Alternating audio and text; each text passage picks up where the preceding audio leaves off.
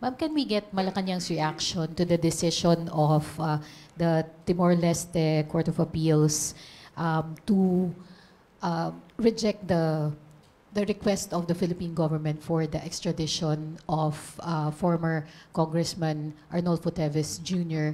At ano po yung susunod na mga legal actions na gagawin ng gobyerno tungkol dito? Medyo nagulat po ang administrasyon, lalo-lalo na po ang DOJ patungkol po dito. Dahil ayon po sa kanila ay nagawa naman po nila lahat at naibigay po lahat ang mga ebidensya at mga records po para po mag-grant ang extradition. Naipakita rin po nila na wala po tayong ngayon na death penalty at ito'y suspended. Pero dahil po dito, nagkaroon po sila ng pagsusuri at in a way, nagtaka rin po dahil sa pangalawang beses po ay talaga nag-grant po yung petition natin for extradition. At lumalabas nga po ay itong apila lamang po ang nag-grant po para pabor po kay dating Congressman Teves.